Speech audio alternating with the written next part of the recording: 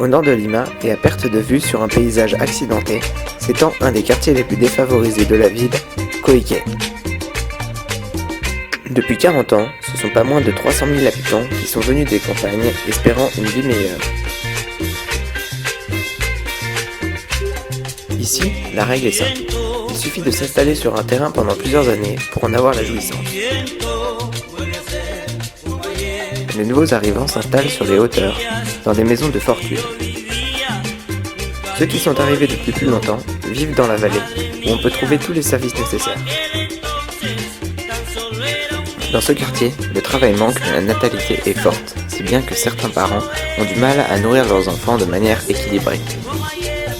C'est pour cette raison que les habitants ont créé l'association Puente del Mundo, en français Pont du Monde, très vite rejoint par l'association française Pérou Amitié Solidarité. Ensemble, ils s'occupent du dispensaire et de la cantine, placés au centre du quartier. El dispensario tiene 4 servicios. Uno es medicina general, el otro es odontología, el otro es psicología y lo que es también terapias. Estos servicios realmente lo disfruta la comunidad, ¿no?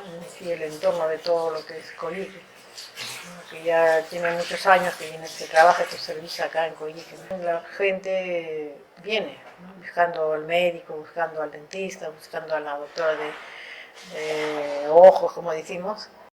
El comedor funciona de una forma que hay un proyecto y empezó de hace 18 años atrás. Buscaron dónde trabajar con los niños más necesitados.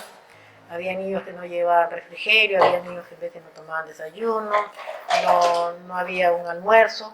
Entonces se pensó de que se les daba como un refrigerio que es un almuerzo. Y ahí se empezó lo que es el comedor. Ya venían personas de Francia como turistas o amigos y ahí empezaron los apadrinamientos, ¿no? Porque veían a un niño y una persona de los señores que venían, les gustaba ese niño y decían, yo quiero apadrinar a ese niño. Y ahí empezó, ¿no? Ya desde muy pequeños, de 3 años mayormente, empezaron a hacer el apadrinamiento. Cada año había más niños, hasta lo actual que es, ¿no? 84 niños.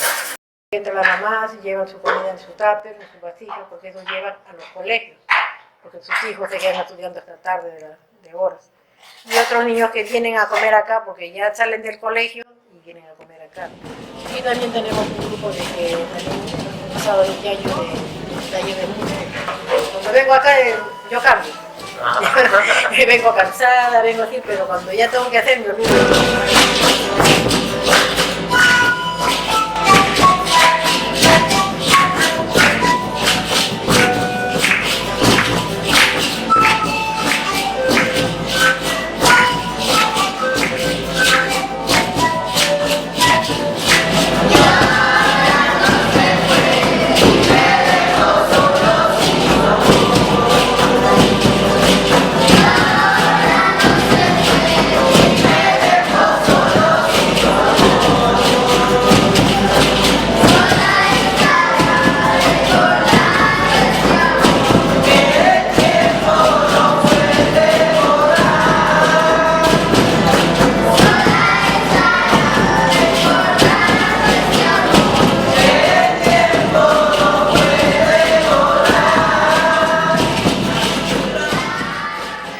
En la asociación de nosotros, que se llama Asociación Puente del Mundo, tenemos 5 casitas, que son la casita rosada, que está en el asentamiento humano Vista Alegre. Tenemos la casita celeste, que está en la 4ª zona del asentamiento humano Nueva Unión.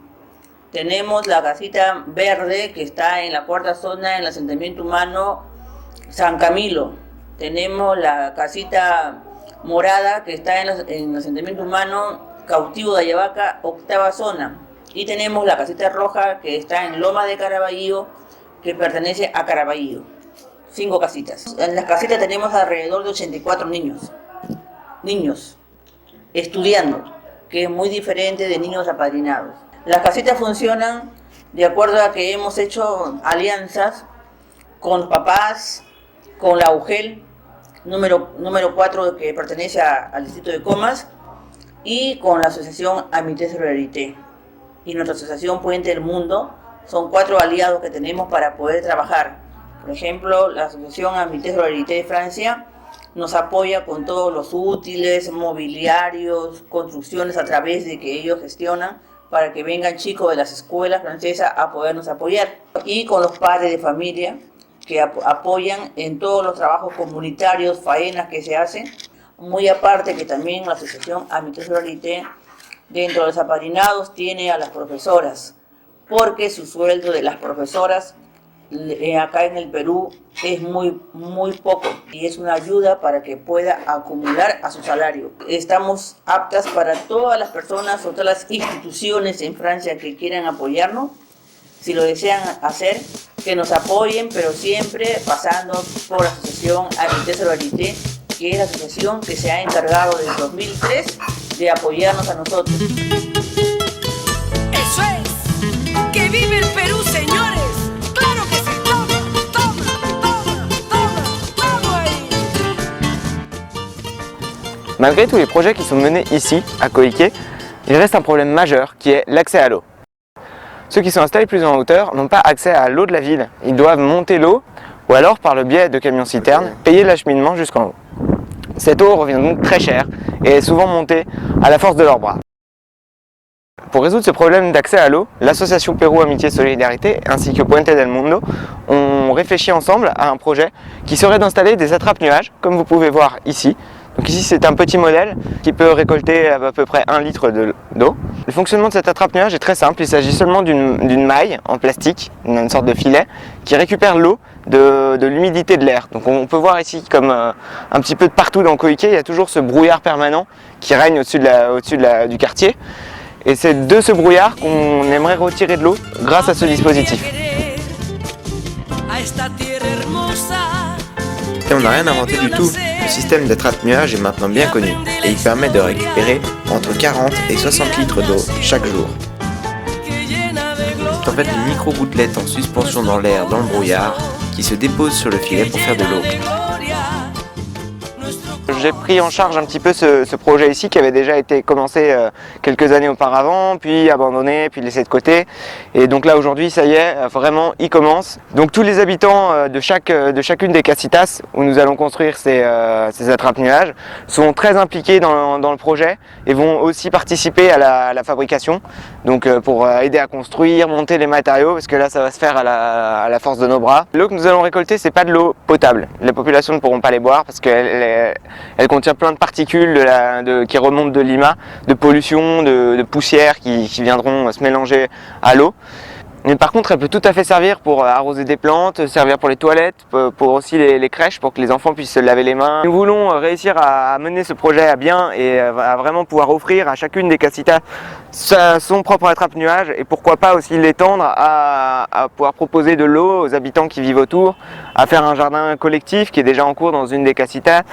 Donc aujourd'hui, la question qui se pose pour ces attrape-nuages, c'est le financement. Le projet est pratiquement abouti parce que toutes les personnes qui pourraient aider sur place à la construction sont au courant, sont informées et sont très motivées pour ces constructions-là. Les matériaux ont déjà été chiffrés. Les tests sont aussi en cours de réalisation comme vous pouvez le voir derrière moi. C'est pour ça que j'ai pris la peine aujourd'hui aussi de vous faire un petit reportage sur ce qui se passe ici à Koike parce que c'est quelque chose qui m'a vraiment touché depuis que je suis arrivé. Je vois toute cette pauvreté qui réside ici et à laquelle je ne suis pas habitué à être confronté. Et je me dis vraiment j'ai envie d'être utile, de faire quelque chose d'efficace. Et vraiment il y a des gens qui ont besoin d'aide et qui ont besoin de soutien. Et du coup le mieux que je puisse faire aujourd'hui, ce que j'ai à leur proposer, c'est ces attrape-nuages. Et donc c'est pour ça aussi que je me tourne vers vous, parce que je me dis que si vous avez envie de faire un geste, en plus sachez que quoi qu'il en soit, ce projet vous pourrez le suivre sur ma page, donc vous pouvez trouver le lien en bas de la vidéo. Vous pouvez aussi le trouver sur le site internet que j'ai créé avec tout un déroulement de comment ça se passe, où on en est, machin. Donc c'est vraiment un projet qui va être suivi aussi par la suite et que vous verrez la réalisation à distance depuis chez vous. Donc voilà, maintenant je compte vraiment sur vous et les populations d'ici aussi. Tous ces enfants qui pourraient avoir accès à l'eau pour se laver les mains beaucoup plus facilement. Tous ces personnes qui pourraient enfin espérer faire pousser quelques plantes sur ce terrain aride. Et toutes ces personnes à qui pourrait profiter aussi ce projet. J'espère que cette petite vidéo vous a fait plaisir autant que moi je me suis fait plaisir à la faire. Et maintenant, c'est à vous. Como las líneas de Nazca y las ruinas de Chanchan, para Cachavín de Guantar, los mochicas y los chimúes.